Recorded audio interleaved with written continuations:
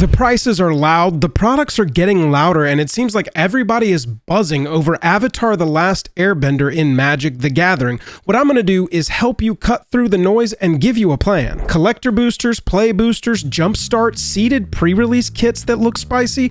No precons this time, but there is a Commander bundle. I'll tell you why that might be better than precons for you, and I'll also tell you why it might be worse. God, I love precons. This is the ultimate buyer's guide to MTG's Avatar. What's worth buying, what's worth opening, what's worth skipping, and how to work these new mechanics into decks you already own without lighting your budget on fire. If you're a player, if you're a collector, I've got exactly what you need. Yep, yep.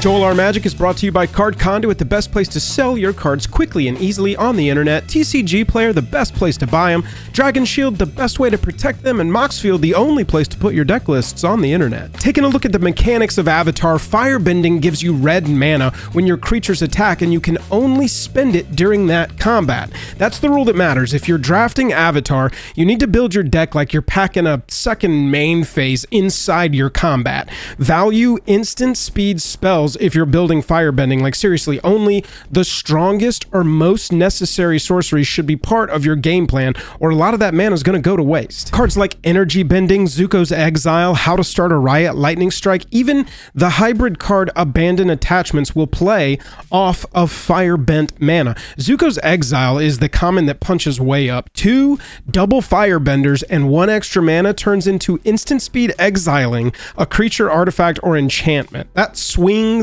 games. That wins games. And just a quick commander note so nobody gets tripped up. The red symbols in the reminder text do not affect color identity the same way Extort's hybrid symbol doesn't. So looking at Azula here, Azula is a blue and black commander, not a blue, black, and red commander. Those 2 red mana symbols in her text box, those are in the reminder text, so they do not count. All in all, I really love Firebending as a mechanic. I think that it has the potential to be insanely powerful.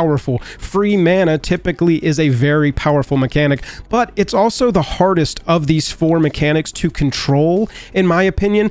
And that's kind of flavorful, right? Like Firebending is very powerful in the show, in the reality of this world, but it's also very hard to control. The mechanic Airbend exiles a spell or permanent and lets its owner recast it later for 2 with normal timing still applying. That single sentence, exiles a spell or permanent and lets its owner recast it later for 2, it just opens a dozen lines. You can blink your ETB creatures for value, you can save your commander from a wipe, you can remove a blocker before declare, you can pop an attacker out of existence mid-swing, reset a problematic permanent without feeding graveyard decks. It's interaction, protection, tempo, all in one mechanic, and it plugs straight into shells people are already playing. If you like Flicker, Politics, Airbending will be something that you love. It's my personal favorite of the new bending mechanics, and in my opinion, the most powerful for Commander. What do you think of this? Waterbending lets you tap artifacts or creatures instead of paying some or all of the mana. Alternate costs are interesting. They're either breakable or clunky. Looking at UA the Moon Spirit, it shows the tax side of the equation, and it looks sort of rough, buddy.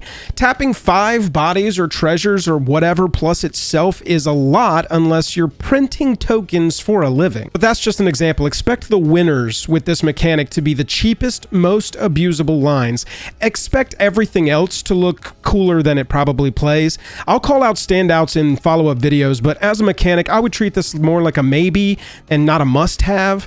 Time is going to tell how far off I am on this. I really do think there's going to be like 1 broken waterbending card, and the rest are going to be like fine. It's hard to make a mechanic like this work without bending the game over and requiring emergency bans. Earthbending turns a land into a 0/0 with haste, then stacks counters on it equal to the Earthbend number. That haste matters. That land can attack or tap right away. Later, you can target the same land again with the Earthbend and keep piling counters on it. Pay special attention to that. At first, I thought you had to pick a new target, but you can choose to Earthbend and Earthbent land. It doesn't say choose a non-creature land, it just says choose a land. Then if that land dies or gets exiled, it's going to get returned tapped to the battlefield as a land again. To me, that means that sacrifice outlets suddenly have more upside. Death triggers can pay you, and then your mana comes back home. And lordy, look at that Badger Mole Cub. It turns the whole package into ramp at the same time. Let me know what you think of Badger Mole Cub, by the way. A lot of people think it's either awesome and gonna break everything or completely sucks. Also, look at Boomy Unleashed. It gives you extra combats so that the lands just keep connecting. Toph turns your board into an artifact land playground, so its bodies, its mana, its recursion sort of stitched all together. It's really the kind of value loop that Commander players will actually use, and I think that Earthbending and Airbending are the two mechanics that are going to play strongest in Commander. For me, Waterbending sits fourth. It's a cool idea, but it's awkward in practice. Tapping half your board for one effect just isn't it to me unless the mana cost is tiny. This one improves for smaller investments, though as always, free or landless casting can just break wide open if the right card, right cost, and right effect all line up. If I was ranking these mechanics against each other for Commander viability, after playtesting them, I would say Waterbending is fourth for me. Firebending would land third for me. It's explosive when it works, useless when it doesn't. You have to build toward it. Cards that actually spend that red mana mid-combat, because the mechanic doesn't do anything by itself, so you need to have instant speed spells or some great mana sinks so that you're not using a lot of power to do nothing. Earthbending for me takes second. It gives lands haste, turns them into creatures, and when they die, they come back tapped as lands again. That means they can feed sacrifice triggers, death payoffs, and then just rejoin your mana base. Never a bad thing to have blockers, let's be honest. And then Airbending for me is the best mechanic. It's removal, protection, value all at once. The cleanest Commander mechanic in the set, hands down. Let me know if you think I'm off on these. How would you rank these four? Now on the collecting side, Avatar Aang is the face of the set, and the treatment is right for a face card. Borderless, raised foil, art by Brian Konietzko, one of the creators, English only, under 1% of collector boosters. That matters because it creates a single clean chase card at the top. It also matters for buyers because under 1% is exactly the kind of number that drains wallets when people go hunting and gets them to open more packs, pushing the price of base copies down and making the game more affordable to play overall.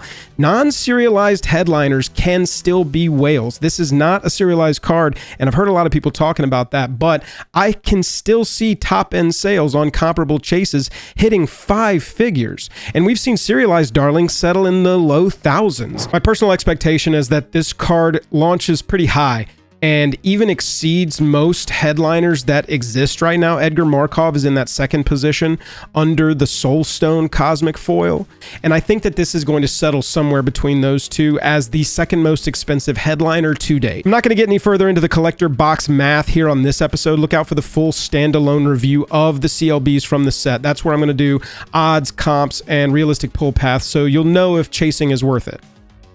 Toph, Katara, and Firelord Zuko revealed so far, with a fourth to be revealed. Got the textless neon ink treatment, which is back, but this time it actually feels intentional to me. Toph, Katara, and Firelord Zuko are textless neon inks, and the color choices for these are tied to the characters. That matters to me. Past neon palettes sometimes felt random, but here the treatment sells the character first and the novelty kind of second. These are collector booster only, so if you're a singles buyer, skip these. You're going to be paying a scarcity tax baked into the product mix.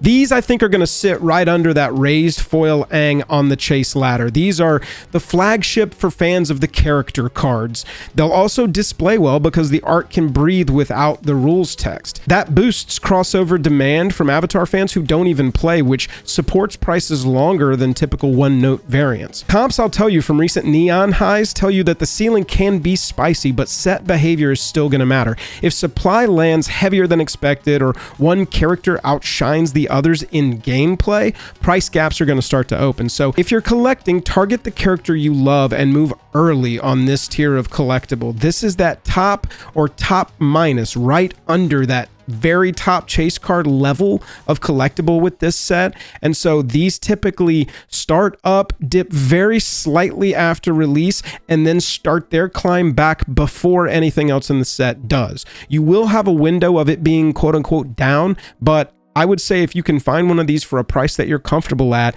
this or that top tier hit, if you're just richy rich, pull the trigger. Again, I'll cover all the pull paths, realistic ranges, and where these might settle in the collector box review. Subscribe if you want to know when that one posts. The Commander's Bundle is new with this set and is in place of the precons. On paper, it's 9 play boosters, 1 collector booster, 5 promos, that's the important part, and we'll get back to it, Appa, basics, and a click wheel. For life totals, doesn't matter. In reality, it's a $150 commander kit that hides a collector booster inside and dangles 5 branded promos in front of us. 3 of them are known and they're desirable. Soul Ring, Arcane Signet, Swiftfoot, Boots. Those are the 3 that people are going to want to build into their Avatar commander decks, and this is the only place to get them. Pick a legend from the main set. You're gonna go looking for an Arcane Signet, Soul Ring, and Swiftfoot Boots most likely, and you're gonna want the Avatar themed ones if you're an Avatar fan looking to build an Avatar commander deck. That's what they're trying to do with this. So we know that we're going to get these 3 cards in every commander bundle.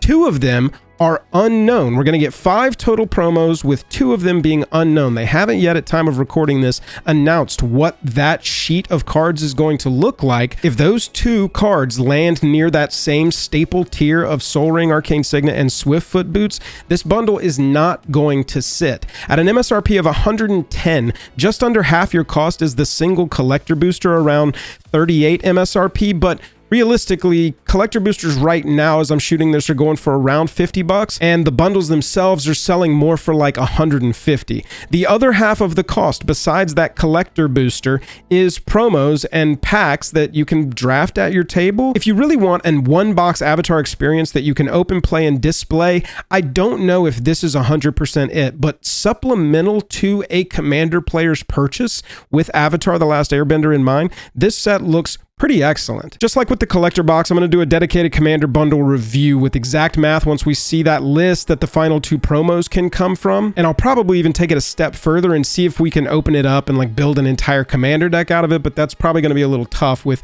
9 packs and 1 collector pack being all that you have to pull from, except for these 5 promos and the lands. And then the Jumpstart packs from Avatar should be on your radar more than usual, and let me tell you why. It's 24 packs with 46 themes, 1 or 2 rares or mythics in each.